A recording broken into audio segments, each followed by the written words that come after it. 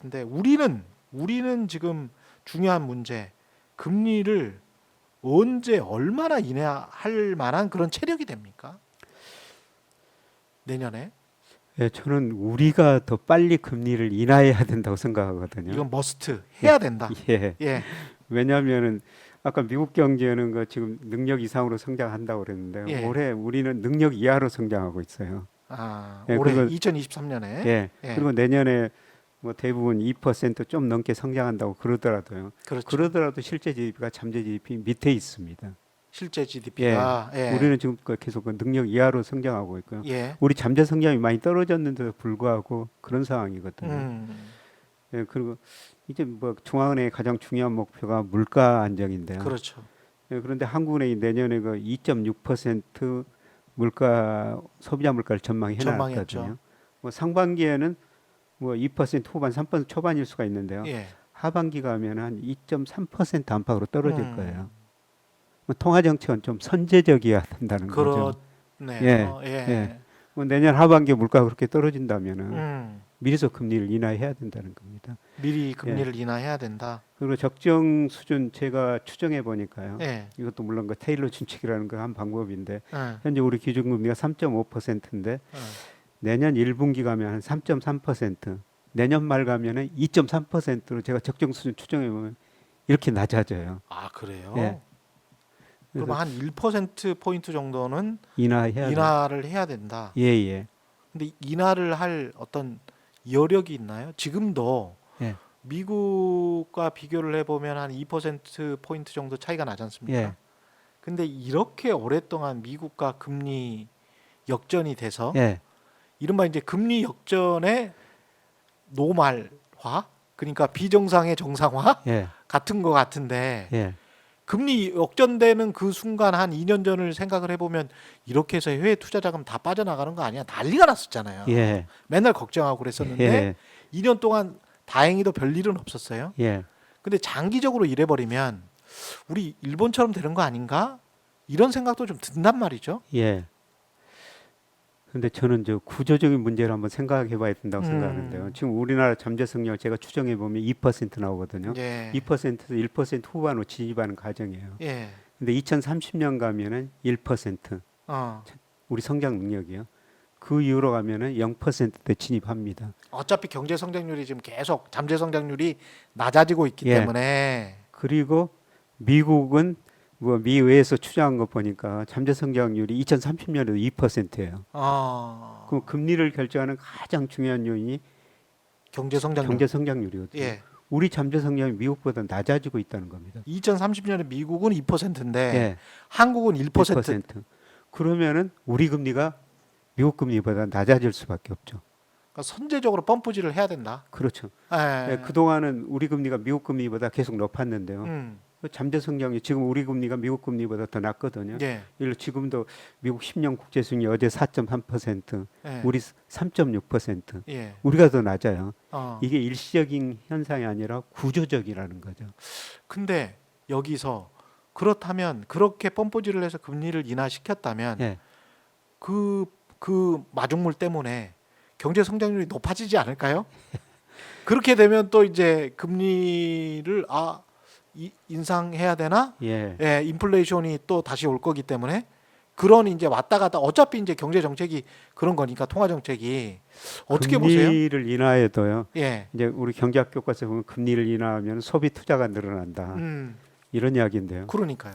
근데 우리 가계 부채가 GDP 대비 100%가 넘었습니다. 세계에서 높은 나라고요. 부채 때문에. 그다음에 우리 기업 부채도 GDP 대비 120%거든요. 예.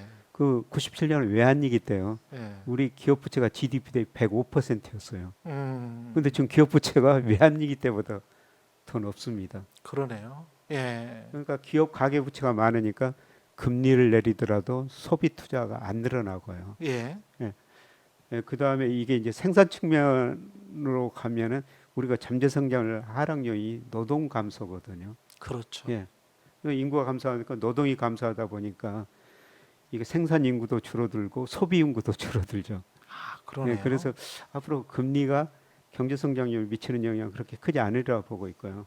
좀 비탄력적이고. 그러네요. 그런데 이제 예. 문제는 우리 이거 신문에서 매일 본 것처럼 미국 금리가 우리 금리가 높으니까 우리에서 돈이 빠져나간 거 아니냐. 네. 이런 우려가 많이 제기됐지 않습니까? 예, 제기됐었죠. 예, 그런데 작년에도 그렇고 올해도 그렇고 우리가 채권 시장으로 10조 원 이상 그 외국인 자금이 들어왔어요. 맞습니다. 예. 예. 근데 주식하고 채권 시장은 좀 다른데요. 주식은 외국인들이 한 26% 우리 주식 상장기업 가지고 있는데 미국의 자금이 한 41% 정도 돼요. 예. 근데 채권은 외국인들이 10% 가지고 있는데요. 예. 아시아계 자금이 47%, 유럽계 자금이 30%, 거의 80% 가깝게 우리 채권은 아시아계 자금, 유럽계 자금이 가지고 있다는 겁니다. 예. 생각하면 우리가 중국 금리보다 높죠, 일본 금리보다 높죠, 싱가포르보다 높죠, 독일보다 뭐 높죠. 정치 경제적으로는 그래도 꽤 안정돼 있지. 예. 예. 그래서 채권은 미국 사람들이 많이 안 가지고 있습니다. 음. 그래서 이런 의미에서 보면은 미일 금리, 우리나라와 미국 금리 차가 지금까지도 돈이 안 빠져나간 것처럼 채권은 미국 사람들이 우리나라 많이 안 가지고 있기 때문에 채권 시장에서는 돈이 올해도 들어왔고 저는 그렇게 우려할 수준은 아니라고 보고 있고요. 금리가 하락하면 보통 채권은 기회라고 하잖아요. 예, 그래서 2024년은 채권의 시대, 투자로 말하면 채권의 시대가 될 것이다. 그렇게 예측하시는 분들도 있는데 비슷한 생각이십니까? 예. 아니면 그래서 작년 제가 3분기 이후부터는 채권 좀 사십시오.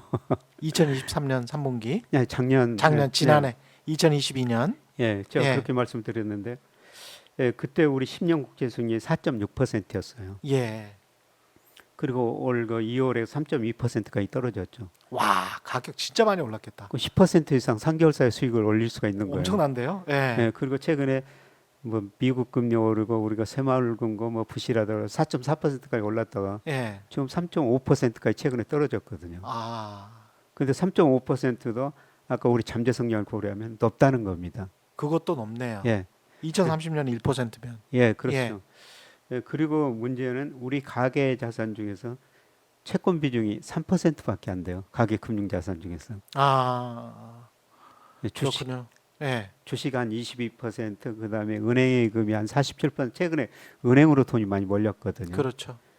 그 채권 3%는 너무 낮은 게 아닌가. 이게 그러니까 금리가 이제 하락하는 시대라고 생각하면요. 그다음에 이제 금융 선진국들을 생각을 하면 예, 예. 그러네요. 포트폴리오상. 근데 이제 반론 차원에서 우리가 중립금리는 또 올라간다 그런 이야기를 예. 하시는 경제학자들이 예. 있지 않습니까? 예.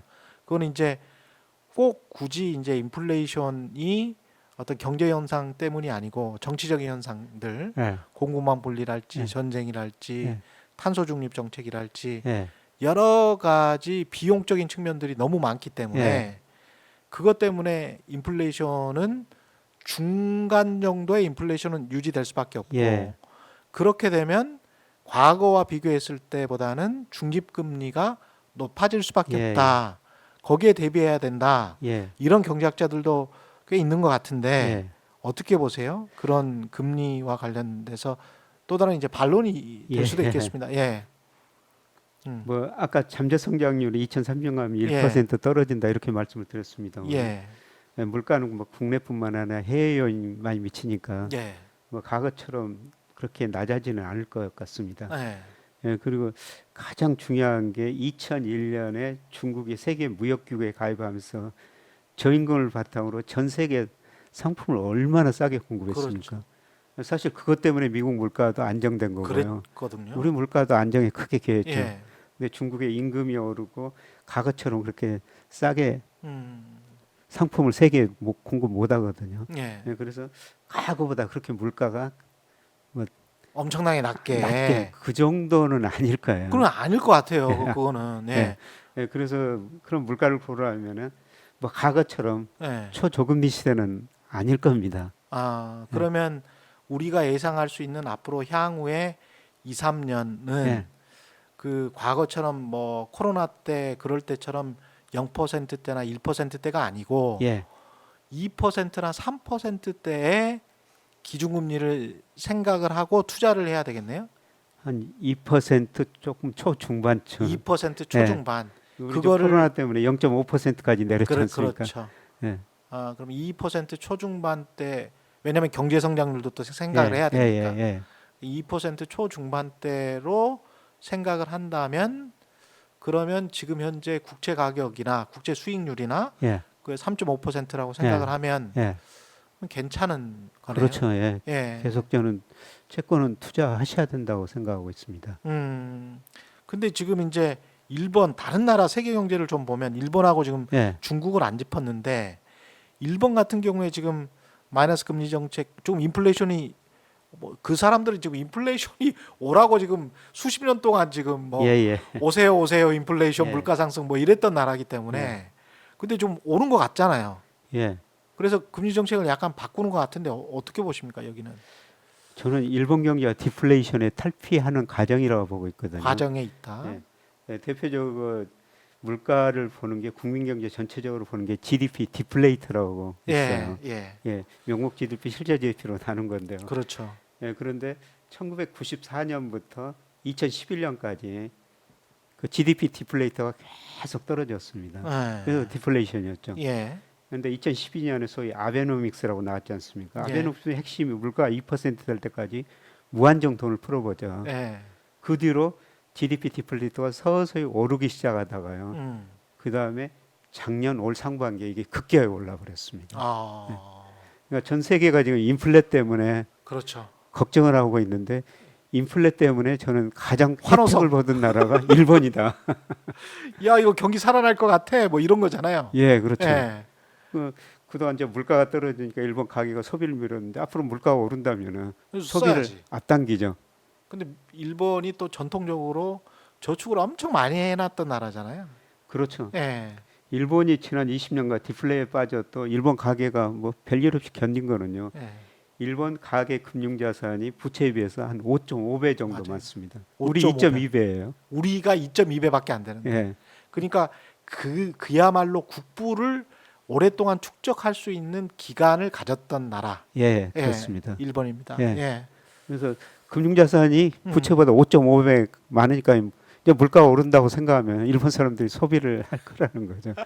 예, 그래서 그렇지. 이번 인플레 전 세계적 인플레가 오면서 음. 가장 한화하는 나라가 일본이었을 것이다. 그래서 지금도 저 마이너스 금리 기준금리는 마이너스 0.1% 유지하고 있는데요. 예. 이제 그 일드 커브 컨트롤이라고 그러지 않습니까? 예. 10년 국채 수익률을 0%에 맞춰놓고 거기서 이제 넘어서면은 미국 일본 중앙은행이 국채 사줬지 않습니까? 예. 근데 그거를 0.2, 0.5 최근에는 1%까지 올려버렸어요. 아. 그러니까 일본 저 10년 국채에서 1%가 좀 넘더라도 예. 봐주겠다. 봐주겠다. 근데 그렇게 하면 본인들이 갚아야 될 이자, 뭐 부채가 워낙 많은 나라기 때문에 그렇죠. 그 이자 액수도 뭐 2배, 3배로 늘어나 버릴 텐데 예. 그거 뭐 감당이 될까요? 어떻게 보십니까? 그게 문제죠. 예. 지금 저 일본 정부 부채가 GDP 한 230% 정도 되거든요. 그러니까 여기서 뭐 국채 수익률이 2%, 3% 가버리면은 그 이자 주려면 사실 공무원 월급도 못 주는 상황도 도래할 수가 있죠. 그렇죠. 미국처럼 그렇게 되겠는 예. 거지. 예. 그래서 지금 경제학자들이 일본이 이런 문제를 어떻게 해결할 해결할 것인가. 것인가. 사실 누구도 답을 제시하지 못하고 있는데요. 예, 그런데 명목 GDP가 아, 예를 들어서 뭐 올라가면 많이 올라가면 세금이 많이 거칠 거 아니에요. 그렇지. 그거 가지고 이제 캐시플로우는 어느 정도 되니까 예, 1년마다 그때마다 이제 이자 주면서 떼울 수 있다. 예, 그러면서 경제 성장이 많이 되면 그걸로 이제 세수를 충당할 수 있다. 예. 뭐 그런 계산인 거는 같은데. 그래서 사실 저 뭐 세계 역사상 예. 일본 같은 나라가 디플레이션 20년 넘게 없으니까. 빠진 나라가 없었고 예. 또 앞으로 일본이 어떤 식으로 이런 문제를 극복할 것인가 그것도 경제학자들이 아마 제시를 못 하고 있습니다. 그러니까 미국은 어떻게 보면 일본을 놓고 관찰을 하면서 다른 선진국들이 다음에 다가올 위기에서 어떻게 대처할지 한두 가지 일본이 써보면 아 저거 안 되는구나 우리는 안 해야지 뭐 이러는 것 같아요. 이러는 것 그러니까 같기도 하고. 일본이 이렇게 장기 디플레에 빠졌던 거는 예. 통화 정책을 너무 소극적으로 했다. 그렇죠. 예. 예. 그래서 과거 제가 일본 중앙은행이 경제 성장 예측한 거 실제치 비교하면요. 예. 예상한 것보다 실제치가 항상 낮았어요. 그러니까 아. 중앙은행이 경제 성장을 예측하고 거기에 맞게 통화 정책을 펼치는데 늘 그 지나고 보면은 예측보다 성장률이 낮았거든요. 뒷북지는 통화 정책을 했다는 거죠. 근데 미국의 경우는 어떻습니까? 그냥 경제가 나빠지면 과감히 돈을 풀어버리죠. 그렇죠. 금리 과감히 내리고. 아, 그런 측면에서 우리도 일본화가 되지 않으려면 과감히 금리를 빨리 내릴 필요가 있다. 그런 예. 말씀을 하시는 거군요. 예, 저는 그렇습니다. 예.